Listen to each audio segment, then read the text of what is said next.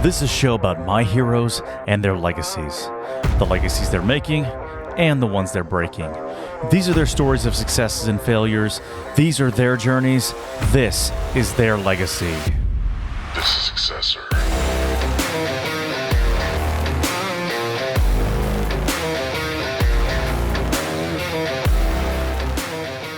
And so today I have a very special guest. I'm very appreciative of her showing up today. Her name is Shandi Nichelle. She's the founder and CEO of FREEWELL. Now, FREEWELL is changing the game in how people use personal care products. They're creating tactical and sustainable personal care staples designed for the busy and active human. FREEWELL believes all should live free and well, not only in their routines, but for those who have their freedoms taken away. And with this mission, they donate 1% of all revenue to help survivors of human trafficking to get back on their feet post-rescue. Wow. Well, Shandi, thank you for joining me. Thank you for having me. I'm already having so much fun. Absolutely. We haven't even started. Wonderful. Well, thanks for making your way all the way out to this little studio here. I'd love to just really get into a couple things. One about your business, another about kind of you personally, your backstory, and really how those things tie into your company mission and what you define as the legacy you'd like to leave. And so I'd really like to get into FREEWELL. Right. And I know that people can visit you at livefreewell.com. Yep. Right. That's just the simple words, livefreewell.com. So if you have the opportunity to check out that website and then tune back in. But I want to talk a little bit about the line of products and kind of how that came to be. And we'll go from there. Yeah. Well, as some people build businesses, sometimes they don't even have the intention to build something. It just kind of happens. And this was the case with FREEWELL. So about 6 years ago, I had a client of mine that was going through a lot of hormonal issues, and her hair was thinning. And my esthetician at the time, said, well, I heard castor oil can help put it on your brows to make them grow. And I obviously don't have an eyebrow issue. So when she came in, I said, well, try this. If it works on your eyebrows, I'm sure it works on your hair. And she's like, Shandi, it's too thick. I can't get it on my scalp and all that. So I just kind of made a concoction for her. And she came back and her hair was twice as thick. And I was like, wow, that's amazing. And so I started writing that, telling all my clients to go make this formula at home that I saw that were going through different reasons for hair thinning, hair loss. And that can range from like being postpartum to stress to hormonal issues. And so through that process, I had a different business, and it was like a beauty tech business. And my job was to go and find the best providers in a given city and actually go in, review them, and then relay that information to customers, and then ask that company to give a discount to my members. Wow. Through that process, I also would put my favorite products on there. That business was amazing because it really showed me what I need in a business to really be connected to it. But before I realized that, I had to put a product out every 2 weeks or some kind of a service. And I was literally 12 hours away from a release and I didn't have anything. And I was like, oh my gosh, what am I going to do? And so I was like, I literally got on Canva. I printed out labels. I called the product Boss Gloss. I went on Amazon. I bought the ingredients and I bought bottles off Amazon. And I had a product in 12 hours. Wow. And I just put it out there. And at that time, it was just 2 ingredients. And I had no point. I had no desire to make that into anything. I just needed to have something. But what ended up happening is people were like, I love this. And they started buying a second bottle and then a third bottle. And how can I find this? And I was like, and I was really having my come to Jesus moment with that company and realizing that it didn't serve a deeper purpose that I deeply needed in a company. And during this time, I started also training for a triathlon. And I was like, I'm not a girly girl, I'm a tomboy. And I was like really embracing that side of myself. And I was kind of like anti-beauty establishment. And, I was really sick of hearing the industry talk about how women need to change everything. It was all these injections and fillers and eyelash extensions and all of that. And I just felt really yucky. As much as I wanted to help people with that other company, it wasn't feeling aligned with me. Wow. And so when I had this product and I was training for a triathlon and my hair was feeling awful, and I thought I was buying everything on the market to like help my hair when swimming, and nothing was helping. And then I had this little product that I made sitting on my shelf, and I had like, what if I put that on my hair before I swam? And I did. And then my hair felt amazing. And I was like, have we been doing this all wrong? Deep conditioning in the shower and all that. And so I started to play around with the formula, and I was swimming with like D1 college athletes and Olympians. And so I was like, well, if anybody's really hard on their hair, it's Olympic swimmers. Mm. So I was literally like handing them, I'm like this like little girl who's obviously in the slow lane that they probably even never see at practice, right? And I'm like, hi, will you guys just like try this product and tell me how you like it? And I kept giving it to them and reiterating it over and over and over again. And so I eventually came to the formula that we have now, and I started playing with how you can use it. And what was amazing to me is I was able to create a product that essentially fit into a busy, active human's life Mm. versus remove them from life to kind of sit down and do this multi-step routine.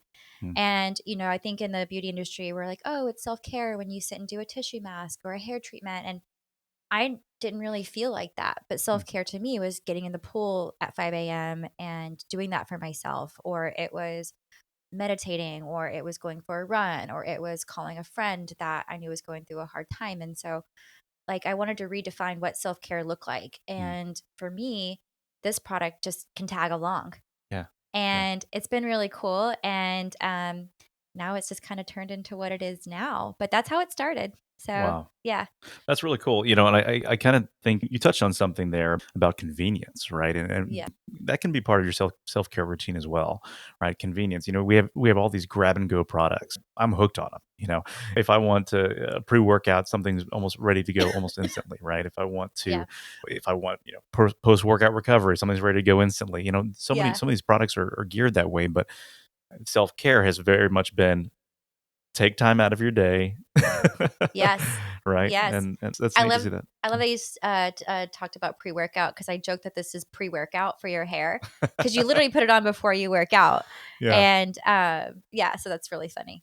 that's cool. So, I'll say one thing that seems unique about your product, and, we briefly touched on this, but typically with product launches, you have an idea, you go to market research, you test it on a lot of different strangers, but it seems like a lot of yours was born out of relationships too, right? You already started building relationships before you were going out to test market.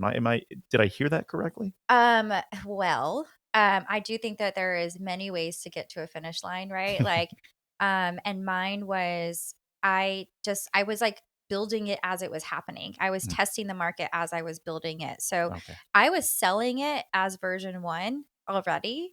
Mm. And then I was reiterating it. So everybody, like literally people were buying different versions of it the first year, because what I was really grateful for, and is very rare, is that people usually have to have a test group and they give it to this group of people and they try it and they give you their feedback. Well, I had a test group twice a week when I had my clients, Mhm. and I was seeing 8 people a day. So I essentially had almost 20 people a week that were trying it and giving me their real feedback. Yeah. And that was really cool. So I was able to really reiterate this in real time. And we never had like an official launch. I just kind of put it out there, and I'm just building it as we go. And so again, I think everybody has a different way to start. But the Yeah. cool thing was is I've had these deep relationships, like you said, where I have somebody that I've known their hair for 10 years, and then I give them this product and they've used it 3 times and I've never seen their hair look that good. Wow. And I'm blown away that this is my product that did that. Wow. To this day, I'll do a treatment and I'm like, this is crazy. Like, this is amazing that this is mine. And it's so simple and it's so clean. And I mean, to be surrounded by so many products and to literally be like, this is really how you can make a difference. Yeah.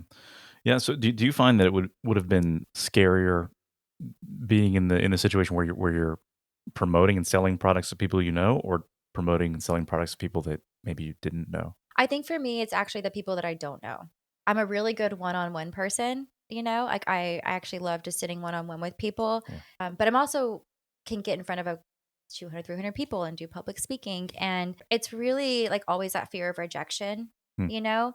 and like I know that it works and I believe in it, but it's always like that. Like if I give it to this person and then they don't like it. So with the new market and getting it out there in the hands of people, I'm literally in a season of my life where I'm having to make really good friends with rejection in many different ways. Hmm.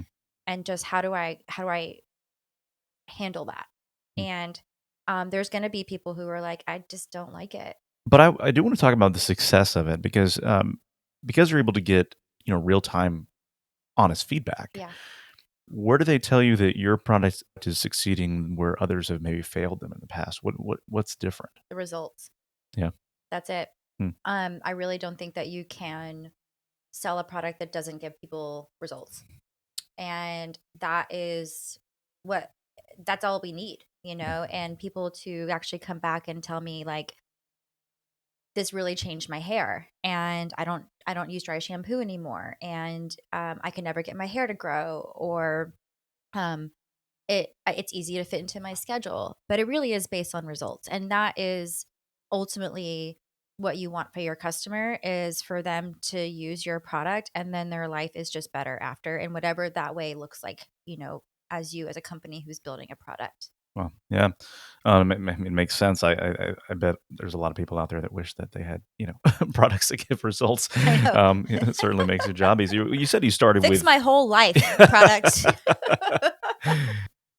So I was going to ask you. You said you started with 2 ingredients. 2 ingredients. Yep. How many are you up to now? 7. 7. And we are going to leave it at that. So I actually just went through the whole process of like, with as you as a brand, is like maintaining your integrity. And I had labs, like we're ready to go to a manufacturer and start, because I still make the product hand by hand. We're ready to go to a manufacturer, and labs have been telling us, sorry, we don't want to, you're going to have to add this other ingredient to mass produce it. Mm. And I was just like, I'm not willing to compromise there. And because I know this works, and lo and behold, we finally pushed and we found a new manufacturer who's like, give us some time. Mm. We're going to figure out a way to make this happen. And I just found out this week that they found a way to make it without having to change our formula. Wow. And Yeah. I think that that's a great lesson, is to just like never give up on your integrity and just try to like really stay true to your brand and who you are. And as I make all of our future products, our goal is to actually keep it minimal ingredients that people can read our label Mm. and actually know what they're putting on their body. Yeah. Yeah. Wow. Yeah, I love that. I mean, some of my favorite products have kind of kept it simple. I think, well, to say that Apple has kept it simple, in as far as an interface, right? You, Yep. you know what you're getting. You know what you get when you open up the Mhm. package. You know Yep. whether or not an app is going to work.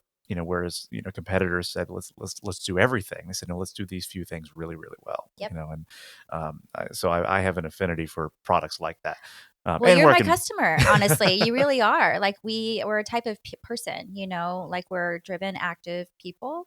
Mhm. And I don't need a bunch of things. I need efficiency. Yeah. And I build these products for efficiency. Like we did joke that we're strong enough for the professional athlete, but made for the everyday busy active human. And you said something earlier about your products, and like guys have had 3-in-1 products forever.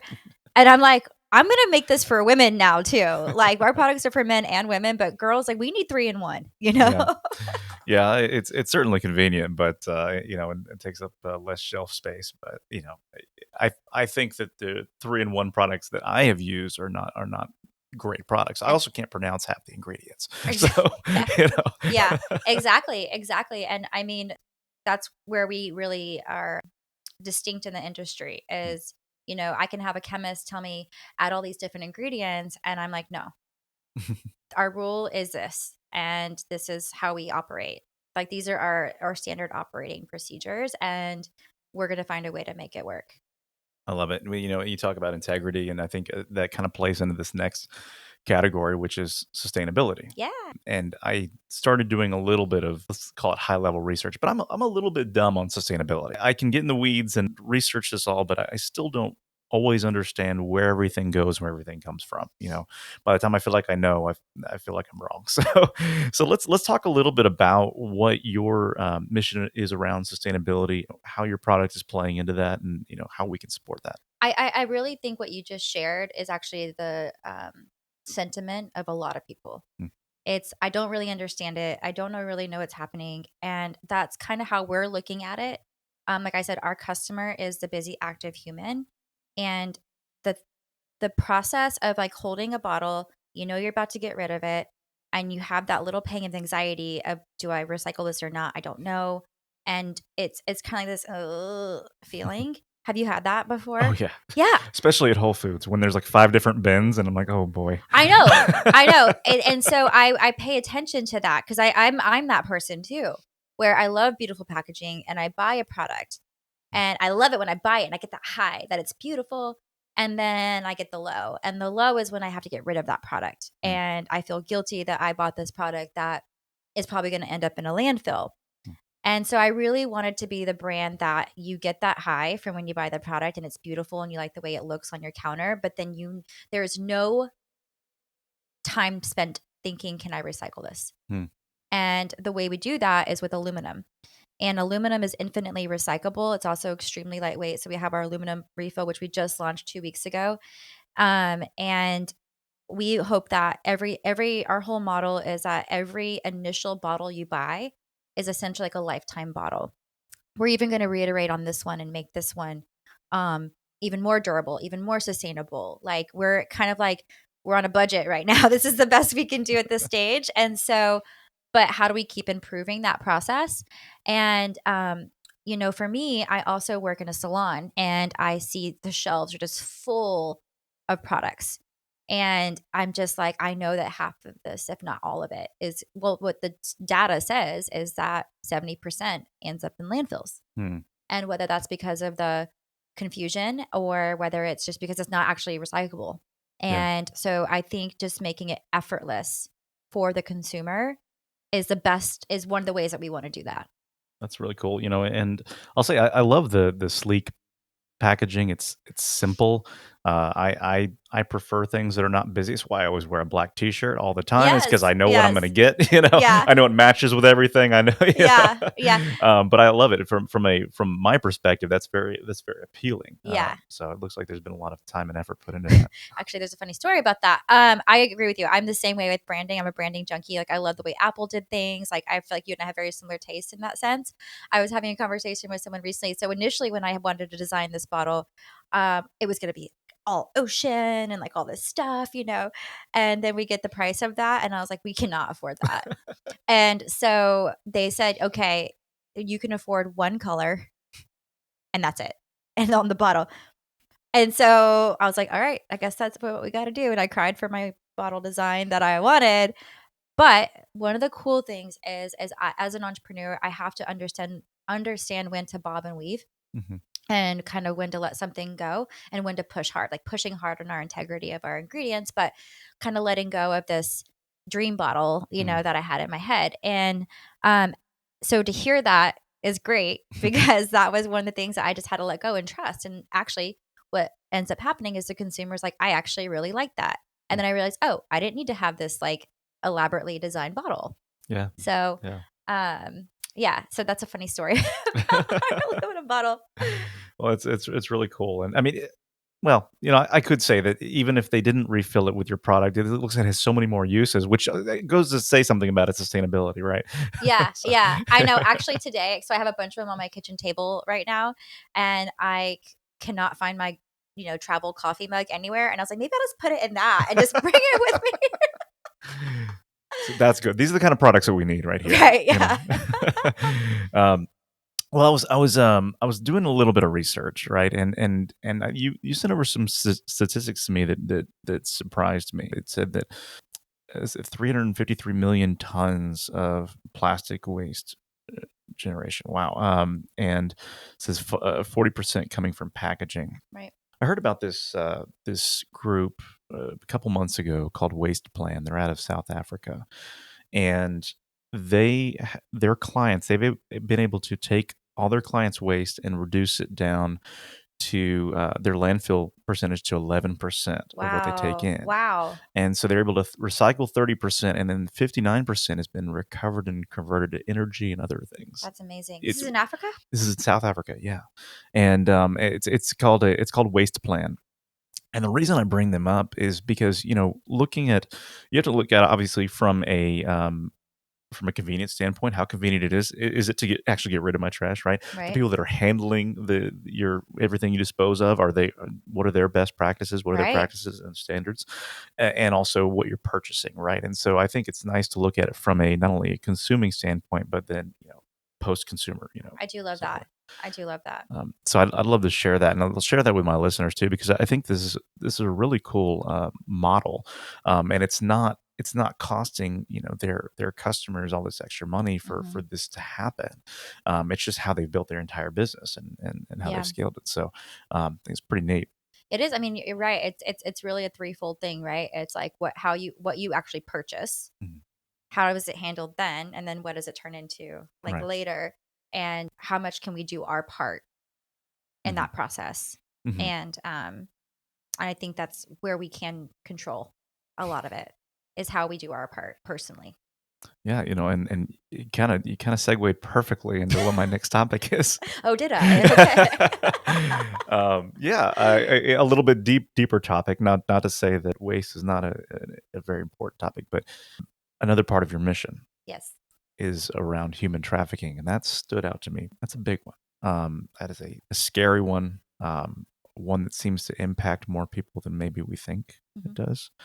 Um, so I do want to talk a little bit about, again, kind of our habits and those outputs, Hmm. and what we can do at a micro level, and what's being done at a macro level in order to solve for that. Right. What is FreeWell doing as a part of that mission? Then we can get on a little bit deeper into that, if that works for you. Absolutely. Yeah. So remember when I was sharing earlier about I need a deeper purpose in my company. And again, I think as an entrepreneur, we all have to have our why. And that is um, sometimes we may have an idea and we need to incorporate a deeper why. And I was that person. I think for me, I'm not driven by money. I'm driven by a sense of deeper purpose. And I learned that about myself. And I've had jobs where I've made a lot of money, Yeah. and but so going through that, um, so as I was building FreeWell and doing that, so I will get into that part. So you asked me like what we're doing now currently, Mhm. and the best way we can help right now is in two ways. One is that we donate 1% of all of our revenue. Some companies do profits. Obviously, we're not profitable yet. We're a brand new company. And so I found a company that I really admire, the way they do that, and that's Cotopaxi. And that was how they modeled it. So I was like, okay, this has been proven, this has been done. And so we do 1% of all revenue. Mm. And I'm a big believer in what you give back comes back to you. And we've put it into our budget that that's what we can give. And hopefully that grows over time. The other part for me is, and this was kind of like divinely inspired, is we want to hire survivors for their very first job, post rescue, post rehabilitation. And, I've had the company now for about, a year and a half, 2 years of truly actively doing it. And Mhm. that's something that I can't take lightly, and it's something that we need to be extremely stable for, and to really do that the right way, because what survivors really need is that stability. So I've gotten connected to Magdalene House, and Magdalene House is a home for survivors. They house 6 women at max. And this is like the second cohort that I've actually gotten to meet and work with. When I very first started, I had one of the women there who would come over to my house. She couldn't find a job. Mm. She had a felony, and for like drug charges, and some of them have felonies for prostitution, which of course we know is not voluntary. Mm. And then the drugs make a lot of sense because when you're being raped 20 times a day, sometimes heroin is the only thing that keeps you alive. And so it's really this vicious cycle. So then this woman goes out and she's trying to get a job, and she's got a felony on her record. So she really has no place to start. She ended up getting a job, and her best option was to work at 7-Eleven, the night shift. And she had to walk to work to do that. Mm. And probably not the best part of town. Yeah. And so at the time when she was going through this, I was like, listen, I can't bring you on full time, but do you want to come help me make power glass? And she was like, yeah. And granted, during that time, I was still going through a lot of my healing as well. And I was doing trauma therapy, and so was she. Mm. And I remember I would have moments where I'm just like, you got this, you're doing amazing. And then in my head, I'm like, I need to hear this too. Like, And so now I through that process, I knew that that's not sustainable to do that. And so I was, what does this look like now? And so I personally volunteer with the two organizations that we donate to. We donate to Magdalene House here in Austin, Texas, and then we donate to an organization called Salt and Light Coalition that's in Chicago. And I teach business classes to the organization in Chicago via Zoom. I actually got to meet them in person last year, or was it this year?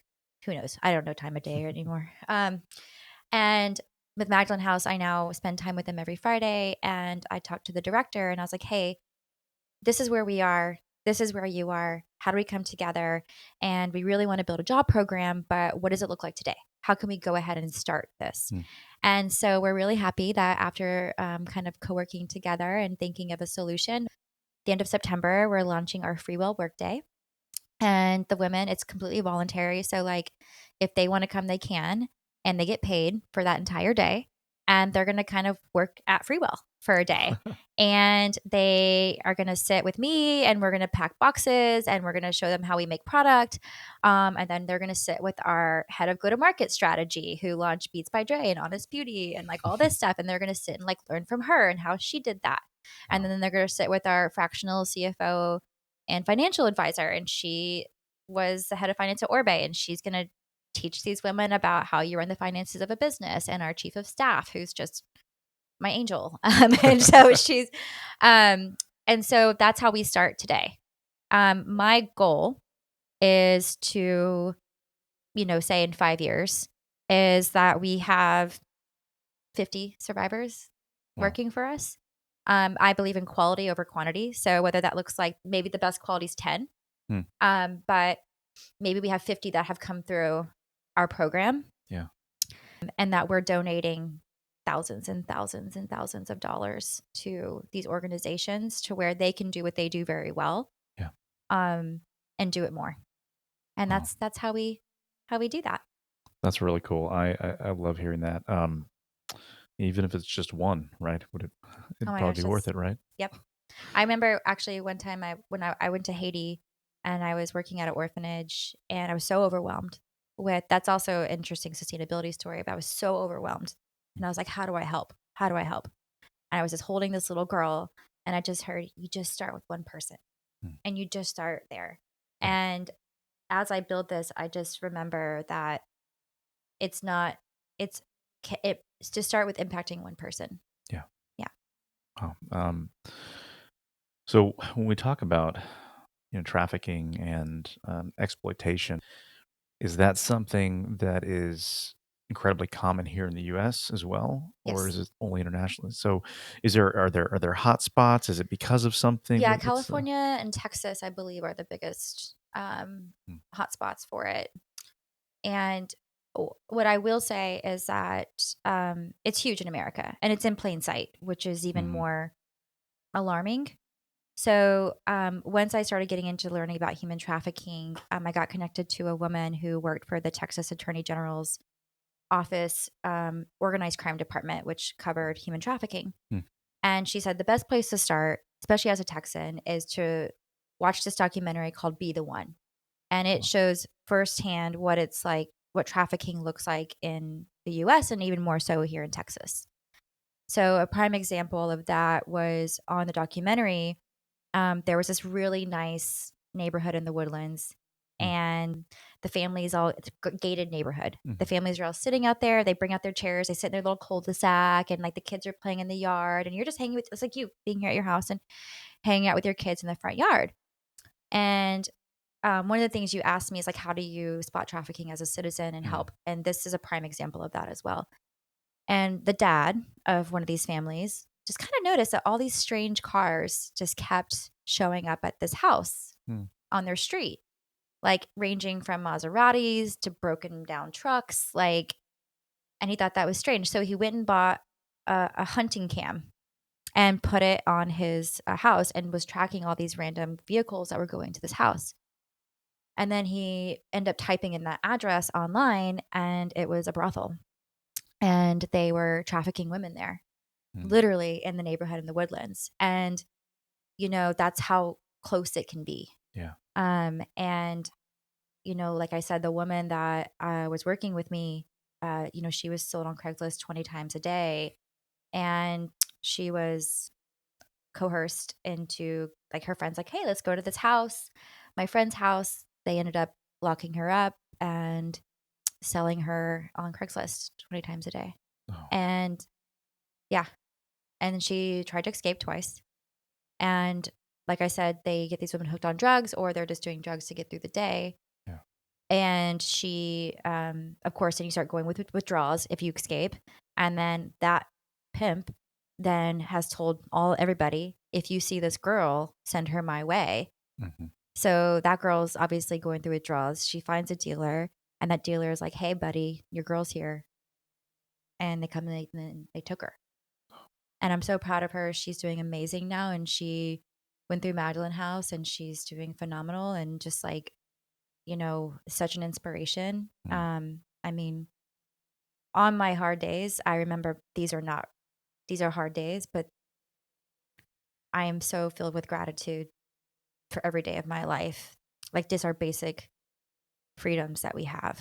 And the other form of trafficking is what we see more like, where you see like the girls with their hands tied and, all of that. A lot of times trafficking, there's one form, which is what they call like the Romeo pimp version of it, where the girl has low self-esteem. She maybe ran away from home. She didn't have like present parents maybe as much, or was sexually assaulted as a kid. It all kind of plays in together. Yeah. And somebody finds her on the street and says, I'll take care of you. And she's thinking she's being loved and cared for. And that guy grooms her. One of the women that I worked with, her name is Allison Franklin. She's a survivor. And her story was she was abused by her grandfather when she was young, and then sexually assaulted. And then she eventually ran away from home, obviously, because home's not safe. And she ended up on the streets. And she was, I think, 14, maybe a little bit younger. And this 32-year-old man was like, I'll take care of you. I love you. And he ends up essentially raping her because she's a child, and then ends up selling her. Wow. Yeah. Yeah. So I mean, I've heard more stories like that from some friends and some organizations like Red Oak and the like. Now, Yeah. a lot of that's more international. I think that is their focus. But what sticks out to me, in these stories, and we can keep talking about it in just a moment, but you talk about your going back to your mission, right? A lot of your mission would appear to be externally focused. But these are internal problems, right? That you're going after when you are trying to get somebody out of trafficking, right? I mean, Yes. this is a whole different Yeah. layer. They've been brainwashed for years, and it's literally like, how do you unravel that? Working with a woman last night, and just how do I unravel the, like, literally like the way she thinks about herself, and the way that she sees value in herself. Like, it's you're unraveling years and years and years of abuse, and being told that you're nothing, and no one's gonna love you, no one wants you, you're, um and like, that's, again, one person. Wow.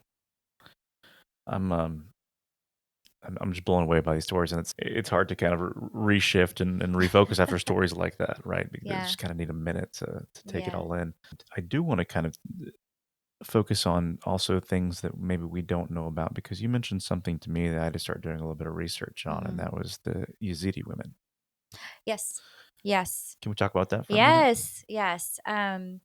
So, as I was going through my own journey of healing from my own story of sexual assault, like, I was listening.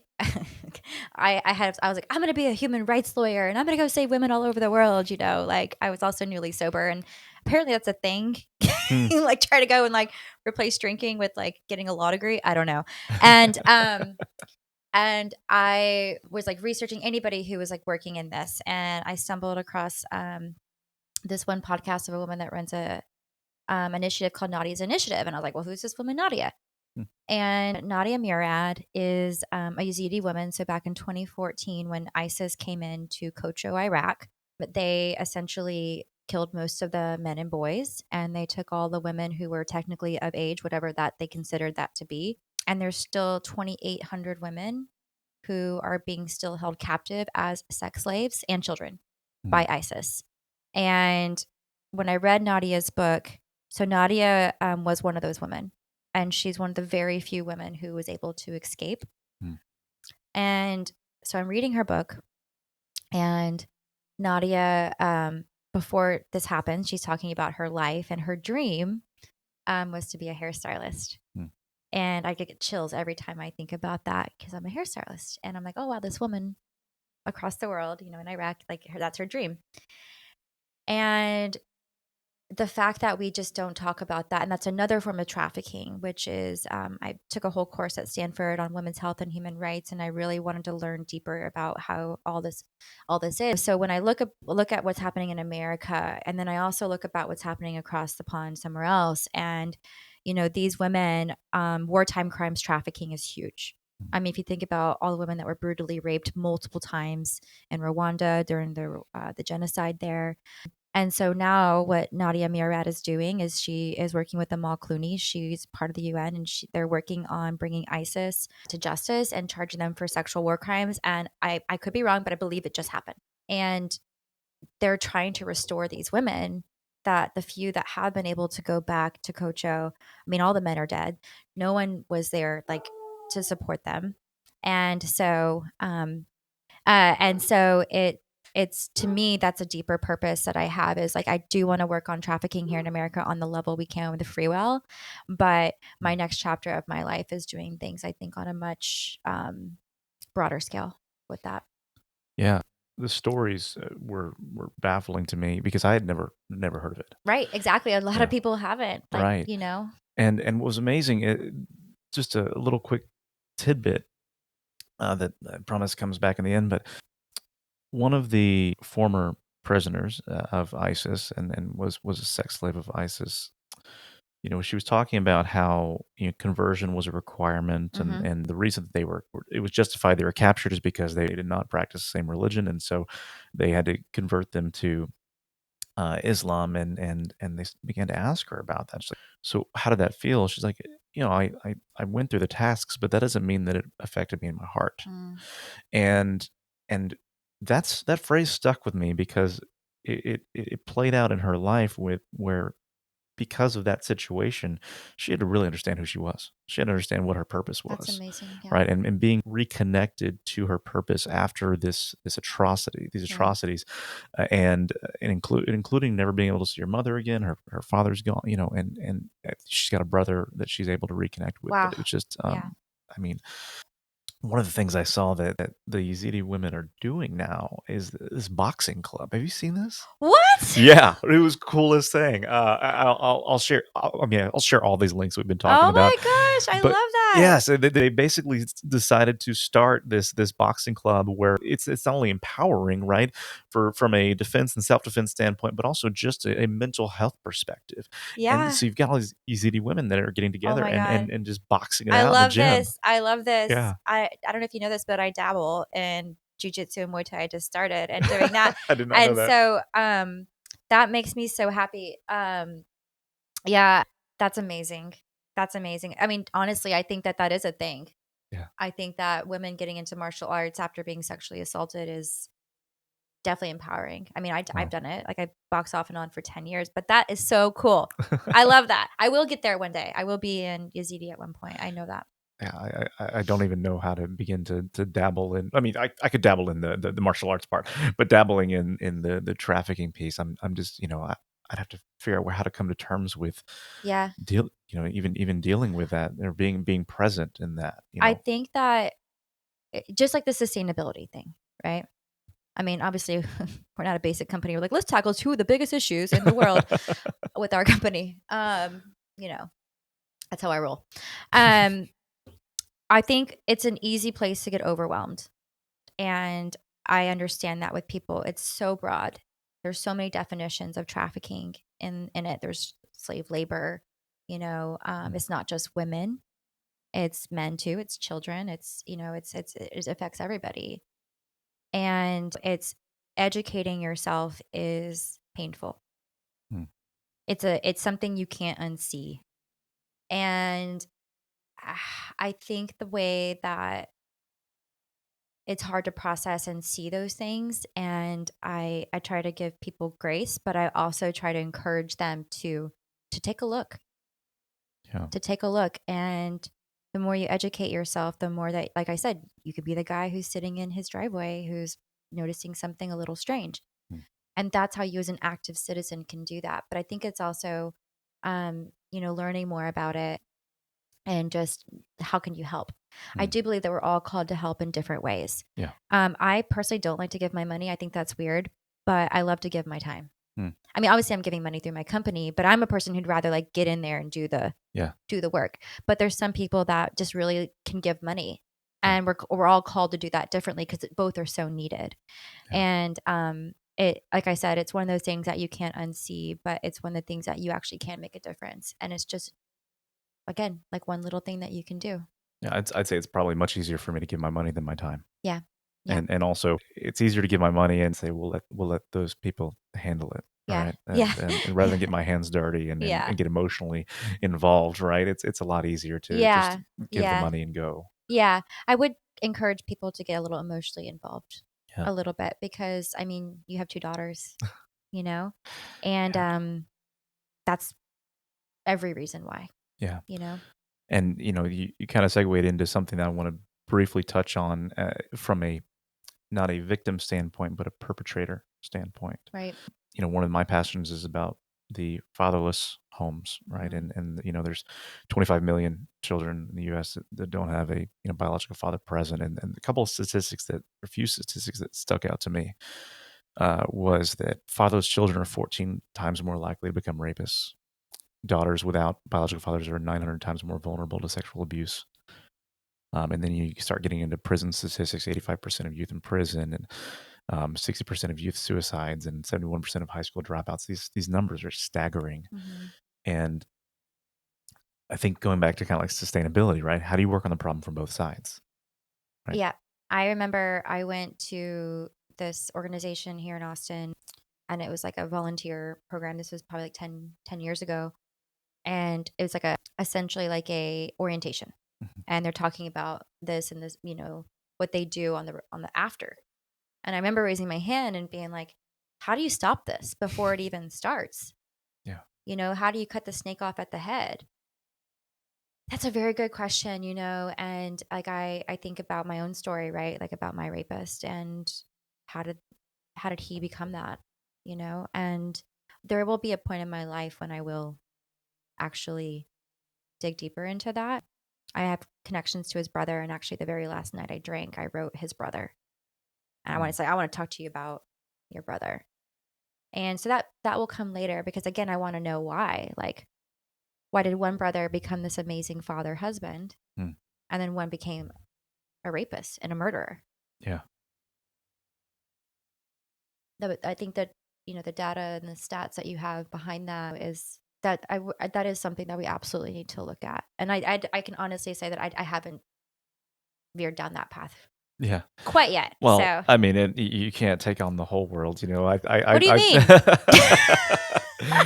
You can, you should, I really should. but let's start with one or two things. I'm just trying to make sure my laundry gets done half the time. It's a struggle. No, and I think it does go back to what you're divinely called to, right? I know that I'm divinely called to speaking to the issue of fatherless homes. Yep. And the importance of forgiveness, right? And we talked a little bit about that, and I think we can touch on it a little bit more, but I'd love to also talk on the other part we talked about, the importance of mentorship, Yes. because that's what changed my life and my heart around Yes. fatherlessness. Wow. What about you? Let's talk about mentorship a little bit. Oh, wow. I mean, I've kind of alluded to it, but for me, mentorship, the most current and I would say longest mentor I've had has actually been my sponsor in a unnamed 12-step program. It's been game changing in my life. I mean, having this woman who has essentially done the work and done it, and then she walks me through the work and helps me. And essentially, what it is you surround yourself with people who they say won't co-sign on your bullshit.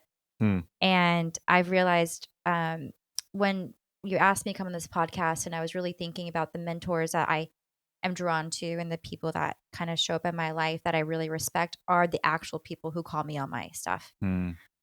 My boxing coach, actually, for a long time, I realized this. He didn't tell me you're doing great. Well, he did on occasion, but first he told me that this girl's going to kick your butt. Like you need to he talked a lot of smack to me, but that actually like motivated me, Yeah. and, but then he was also there when I was crying, showing up to boxing practice, and I was like hungover, and I was just like, I don't know how to do this.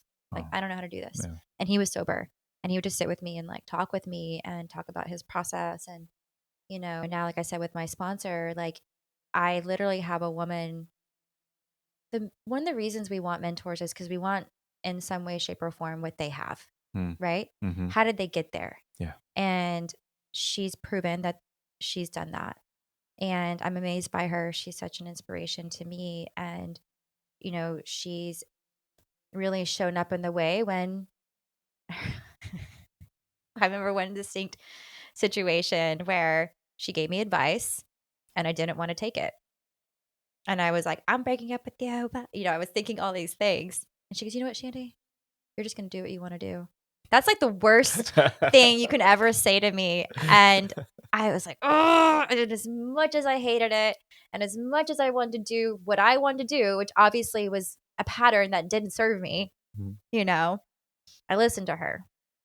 And she ended up being right. And now in my career, looking for like a business mentor, and I had this unique connection, and I ended up having coffee this past week with an amazing man who's like actually like been in the industry. He's actually a mentor for another program in Austin called SKU, and so like he's done that already. And we have coffee, and of course he kind of kicks me in my ass a little bit.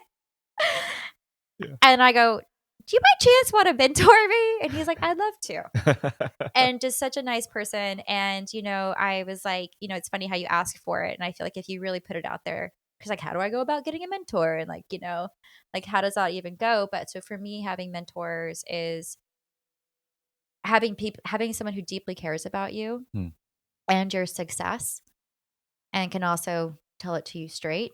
Yeah. And that's what I look for in mentors. So. Yeah. I find myself saying and wow a lot while you're talking because I agree with it, and then sometimes you land these points and I'm like, yeah, you said it, you said what I needed to hear. So Yeah. anybody listening is going to say, well, he says wow a lot. I'm like, I'm fascinated. Okay, I have good guests. Okay, I'm not going to waste my time. Thank you. But I was looking at I love statistics. I love how statistics I back realize stories. this, Yeah. by the way. He sent me an email before our podcast. And he's like, Shandy, we need statistics and all these things. And I'm just, and I was like, okay, I got it.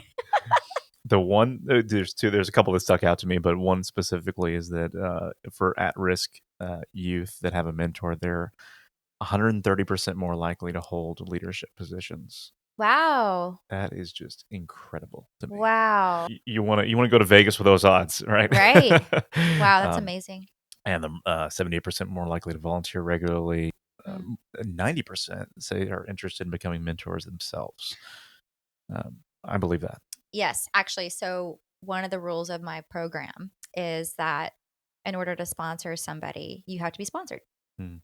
And it's this beautiful system of like every best mentor has a mentor. Yeah. And so now I'm mentoring women. And I think for me to be the best mentor is to have a mentor. And there's been many times where they'll ask me a question. I was like, hold on, let me call my mentor. I don't know the answer, but I think I know somebody who can help me come to the answer. Mm. So, yeah, I'll say without my mentor that my most impactful one came, in college. And I've been teeter-tottering on whether or not to contact him back, 'cause it's been a while since we talked, and I'm like, "I have to." Well, especially Yeah. now, you should have him on the Yeah, podcast. I know. I need to. He And, should have been your first guest. yeah, no, you're probably right. I think I was just a little scared to have I the guy know. that's told me everything right and wrong Yeah. for years, as my first one. But, Yeah.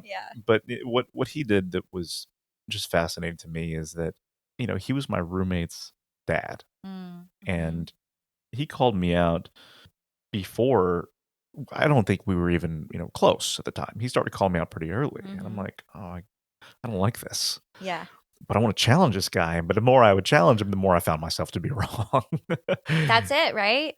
Yep. Yeah, and then he spent 4 years with me Wow. until I went through a process of forgiveness, specifically for my dad, Mm-hmm. um, and I'm like, man, what could he have been doing with those 4 years of his life other than pouring into me? But it was worth it to him, and I'll tell you what, it's worth it to me. So I'm a huge fan of mentorship, and you talk about results. You talk about your product bringing results. Mentorship brings results. It really does. It's so fulfilling too. Like, I think my mentors like 20 women. And I'm like, you're an insane person. How do you do that? Like, how do you do that? I literally am just like, you're a nut job. Like, and she had all of her mentees at her house for Christmas. And I'm like, this is a full house. Like, this is amazing to me. And then now I'm kind of, I mentor a few women and I'm like, how do you do it? And like, it's hard. And then this week I met with one of them and I was just like, I was so stressed out. I'm running a startup, and I'm fundraising and all this stuff. And I'm just like going a million miles a minute all day long. And then I just have to I'm like, how am I going to show up for this person? And I'm like, like I'm on the verge of like a breakdown. Like, well, I'm being dramatic. I'm not, but, and then all of a sudden I pull up, I walk in, and then it's just all that goes away. Hmm. And I leave feeling so fulfilled. Yeah. Last night I felt so fulfilled. And, you talk about legacy. And I've been thinking a lot about that. And I'm like, when I think about that, I think about being the 80-year-old woman sitting on my front porch in a rocking chair. And I'm going to look back at my life and what am I going to be the most proud of? Hmm.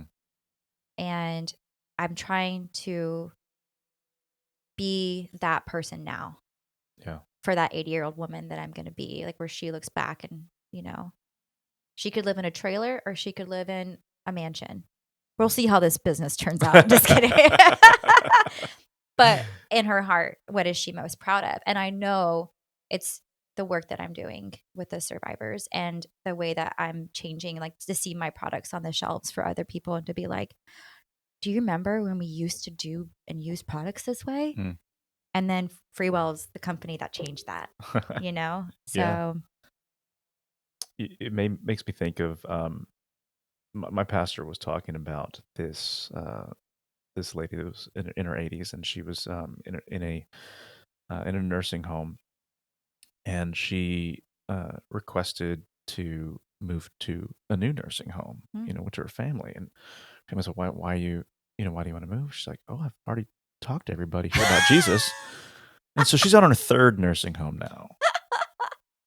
I And, love I've already it. had all the, and I'm, Yeah. whether, whatever Wow. whatever your thoughts or feelings are on that. But I mean, what a Wow. way to live life too around, your Yeah. purpose as well. Well, that's exactly what one of my mentor tells me. Mm. One of the okay, this is really funny. When I first got sober and I'm talking to her and she goes, and I'm like telling her about all these books that I read. You're probably the same person. You probably read every like major like Atomic Habits and like all those things, all those books that we read. Or the audio tape, yeah. Yeah, or the audio version, yeah. And I got all of them, And she goes, "Oh, Shandi, it's like you sure do have a lot of books about how to help yourself. Do you have any books about how to help other people?" Suck the air right out of the room. Guess what? There's not a lot out there because then I started looking. Hmm. I bought a book. There was one I found. It's called How to Do Good Better. Yeah. And that's an amazing book, especially if you're doing anything in the nonprofit space or like what we're doing with FREEWELL.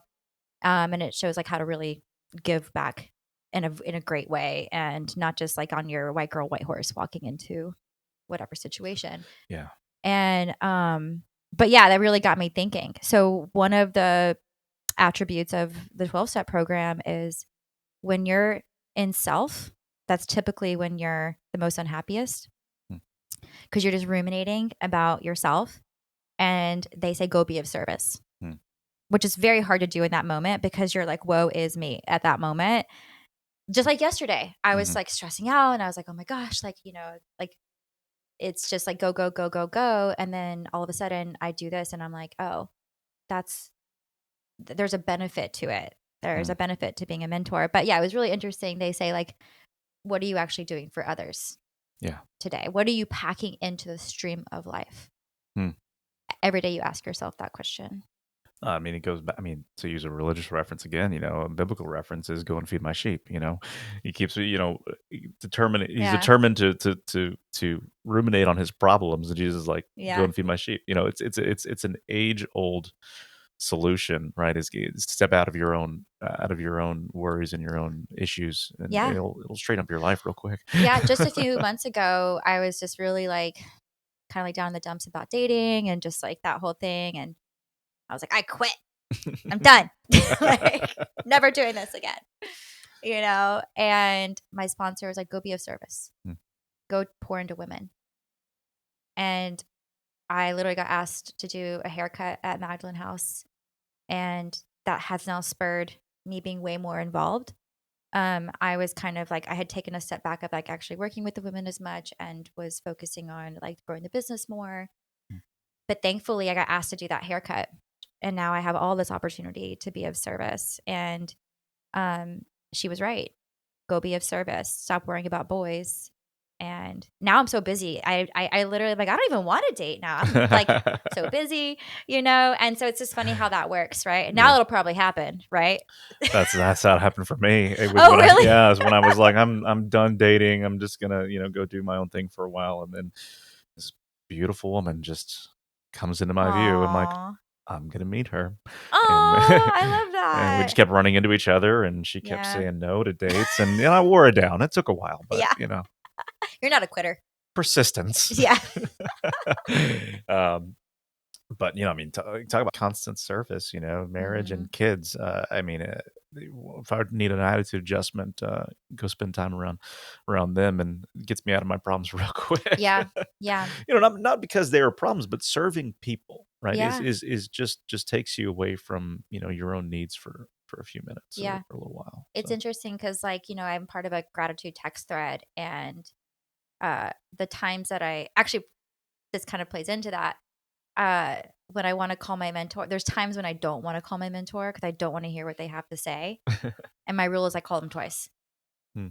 The times that I really don't want to hear what they want to say, I make sure I get them on the phone within an hour Wow. because that has just shown me through the times that like this is a dangerous path that I can go down where I know that I'm in a place where I'm probably going to repeat a pattern or I'm going to Hmm. do something. And like, if we know that they're going to say something about it, we probably deep down know that it's probably not the right choice. And I was like, oh, I don't want to hear it. So that's my rule. If I don't want to call them, I call them twice. So Shandy, we talked a little bit about, we talked a good bit about mentorship and the value of that in our life. Um, but I think generally what gets us in a position to, um, for people like me at least, it gets us in a position to want or need a mentor is trauma or conflict that is beyond what we think we can solve for. Mm, Right? hmm It's hard to have a well structured life and then say, oh, I want a mentor. I need help. Yeah. Can you talk a little bit about just a little bit more about your personal story and kind of what got you into that position? Yeah, absolutely. And I will say the best decision I've ever made in my entire life was asking for help, hands down. The reason why I'm so called to work with survivors of human trafficking is because I am a third generation rape survivor. And I grew up in middle class America. So when I was 7 years old, I was brutally raped by a man and tried to explain that very challengingly. I don't know if that's a word, challengingly, but I tried to explain that to my parents when I kind of was able to realize that that wasn't okay.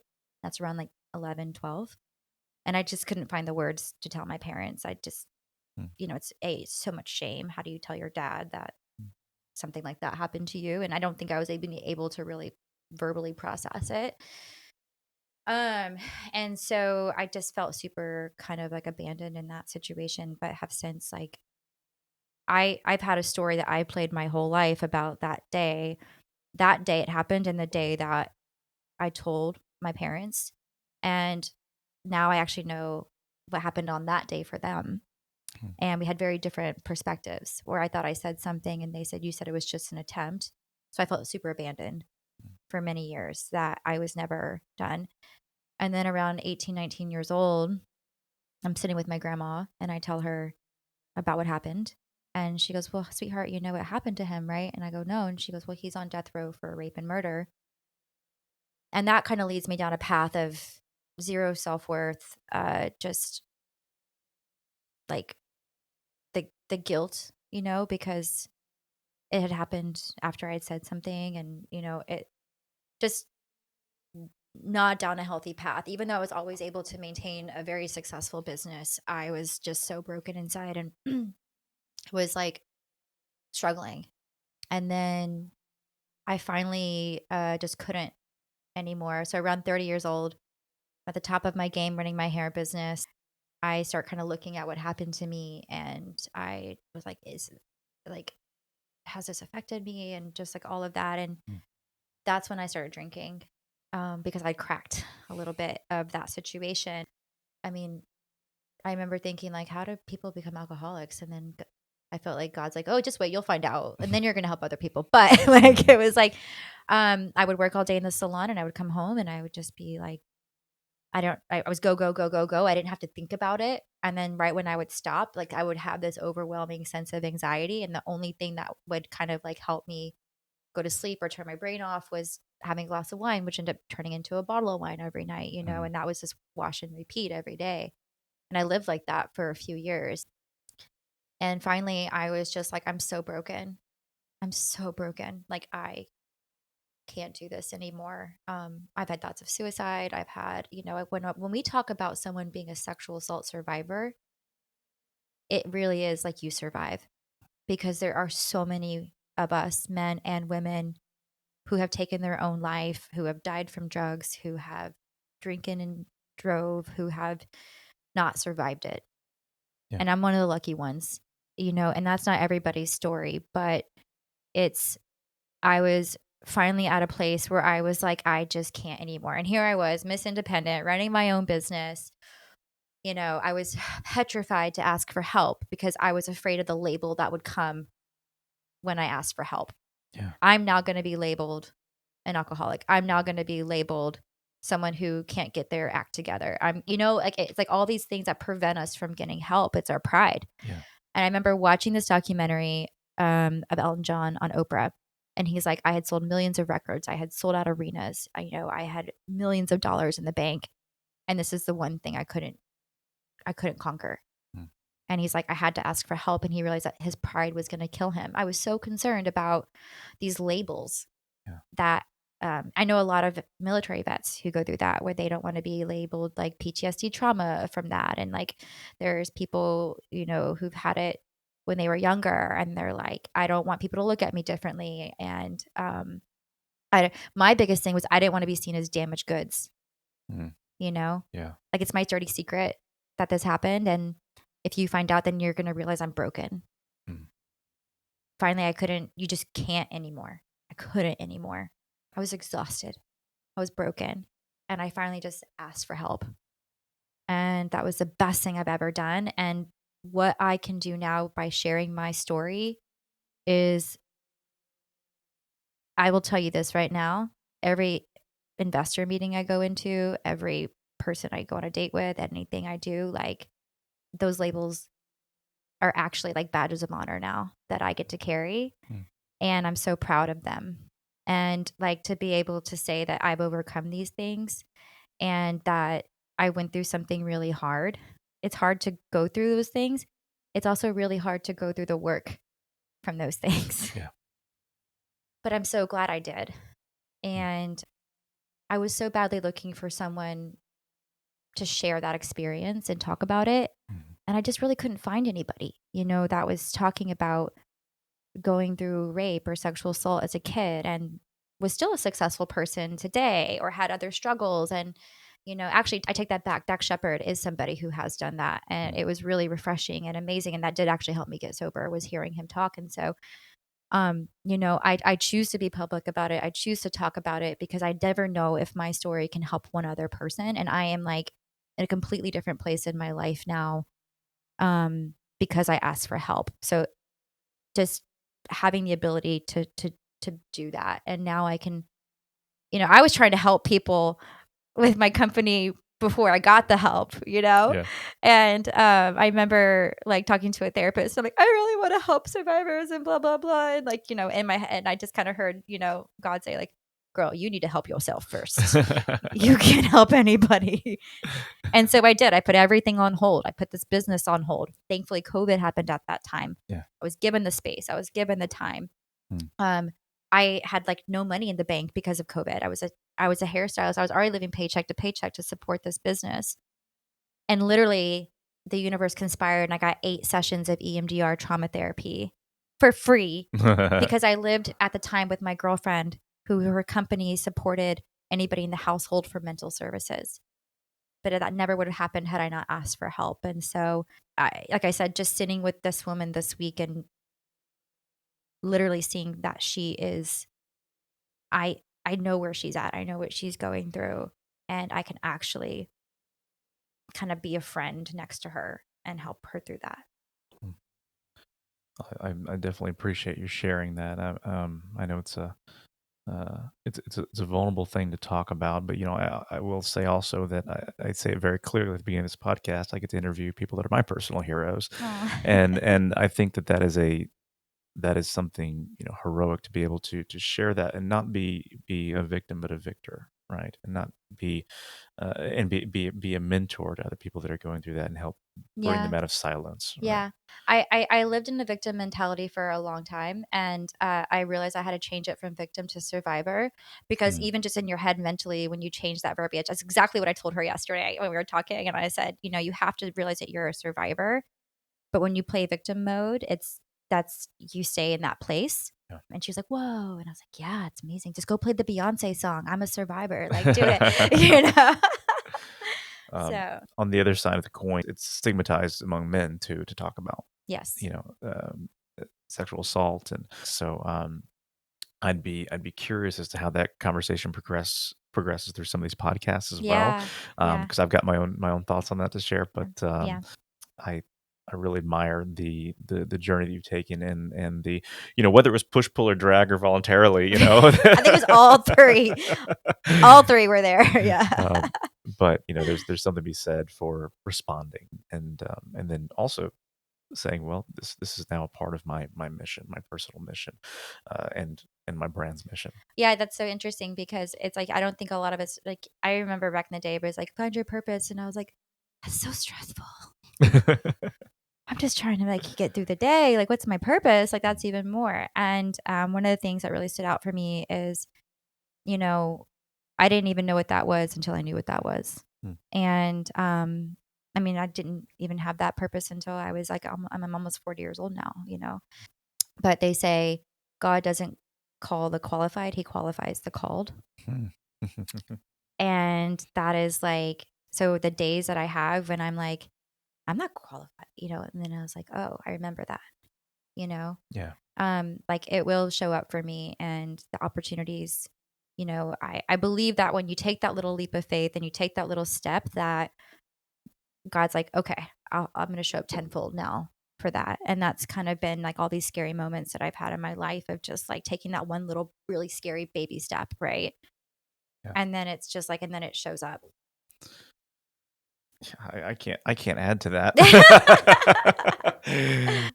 Well, as we're beginning to kind of wrap this conversation, because this has been fascinating, and just really excited to again talk to people that are using their platform for promoting what they believe their purpose is, what the legacy is that they would like to leave, and impacting other people's legacies. Right, that's what we're doing. It's not just leaving a legacy; we're impacting other people's legacies. Right. I will say that the one thing that kind of led me to this conclusion that I'm very good at one thing, and that's being really enthusiastic about what other people are really good at. That's my gift. That's my call. You're a professional hype man. Is that Yeah, what you are? that's my my Enneagram is a 7, so I'm an enthusiast. Yeah. Myers Briggs is the same thing. I'm a campaigner. I'm like, Oh, well, I okay, love it. I love there's it. a theme here. Nice. Do you know your Enneagram by chance? That's so funny. I went on a date the other day and they were asking me that, and I was like, I feel like I always retake it because I forget Yeah, actually what it is. I had to And retake so, it like 3 times. yeah, yeah. And then someone told me, like, oh, you actually don't take a test. You just read and pick which one you want. So I have no idea. I know my love languages. That's about as far as Hey, I've that's got. important. Yeah, yeah.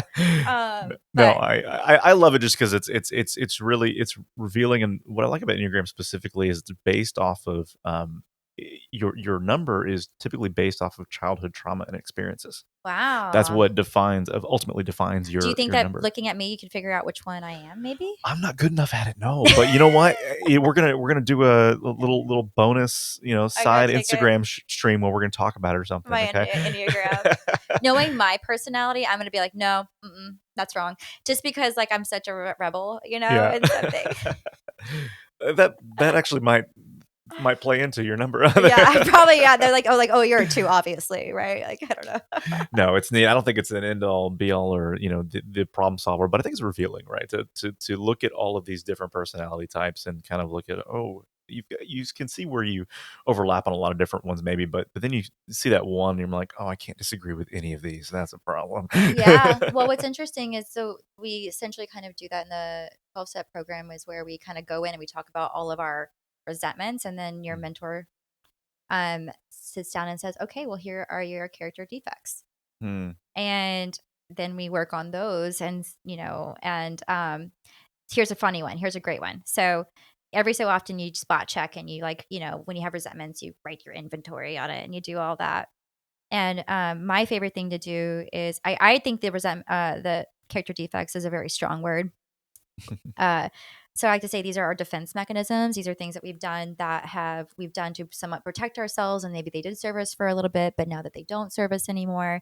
And so a few years sober, whatever, we're sitting down and I get a whole new crop of them, and one of them was defensive. Hmm. And I was like, of course, my first reaction is like, excuse me? Like, right? Because obviously that's what a defensive person would say. And my favorite thing to do is to take that word and look up the opposite. Hmm. So I'm going to ask you a question. What do you think the opposite is of defensive? I mean, offensive comes to my mind, right? Okay. But that's a personality trait. Vulnerable? That's very common. So we Googled it. We got out the Google. It is confidence. Huh. The opposite of defensive is confidence. Ooh. Yeah. Okay. So whenever someone's, typically when somebody is, kind of getting at us, and when we kind of bow up and we want to get defensive, they're hitting that little insecure part of us that we know is probably true. And we're trying to defend that little part of us that we know is probably deficient or inefficient or whatever that is. And so now whenever I catch myself wanting to get defensive, I'm realizing, ooh, I'm probably like really insecure about that. Wow. Yeah. Okay. Yeah. That's gonna be a little tidbit. Yeah. That's gonna be a little Instagram short. It just blew my mind when I looked that up. I was like, what? That's so cool. Yeah. I love that. I also like the reframe of you said character defects. Right. That's just so harsh, right? Yeah, yeah, and then you called them defense mechanisms. Right. It's like in the tech industry, if you have a bug, you'd rather call it like an unplanned feature. You know, it's like it's not supposed to do that, but you're welcome. I hope like when I date somebody, like and like something comes out that they're kind of like a little like, ooh, I don't know about that. Like, oh, that's an unplanned feature. Yeah. So, but I'm sticking it out. Yeah. Speaking of reframing, that is one of the fatal flaws of an Enneagram 7 is that we reframe to a fault. And so you have a hard time dealing with trauma because you reframe it in such a way that you actually never fully deal with it. Interesting. Yeah. Do you think that is a act of being logical? Well, I think from a defense mechanism standpoint, yeah. I mean, I think that there's some logic that plays into it, but I think that You try there's to logically explain why something happened, right? right, or say, well, or at least this didn't happen, or kind of shrugging it off, You but never honor the right. trauma. And where that plays into what that plays into is actually also being emotionally present in a moment because you're always thinking about what's next and reframing, oh, what do we have to look forward Mm. to? And so that Mm. can play a role also in your It's like avoiding, just yeah. yeah. Which I was reminded of last night when my wife played a song for me by Sleeping at Last. They actually go through that's why I'm stuck on Enneagram right now, so I was listening Yeah. to this little playlist where they actually made a song for each Enneagram number, and they're all wildly Oh different. my god, this is so funny. It's really interesting. It's silly, but it's cool. And they've got one about the 7, and I'm listening to it, and I was like, "I feel so heard." So, um I love that. so That's so funny. I feel so heard. so Yeah. so so fun That fun hit. fun extra homework. Yeah, I'm gonna have to. Again, I'm gonna have to like tattoo it on my head or something though, because like I said, I keep forgetting what I am.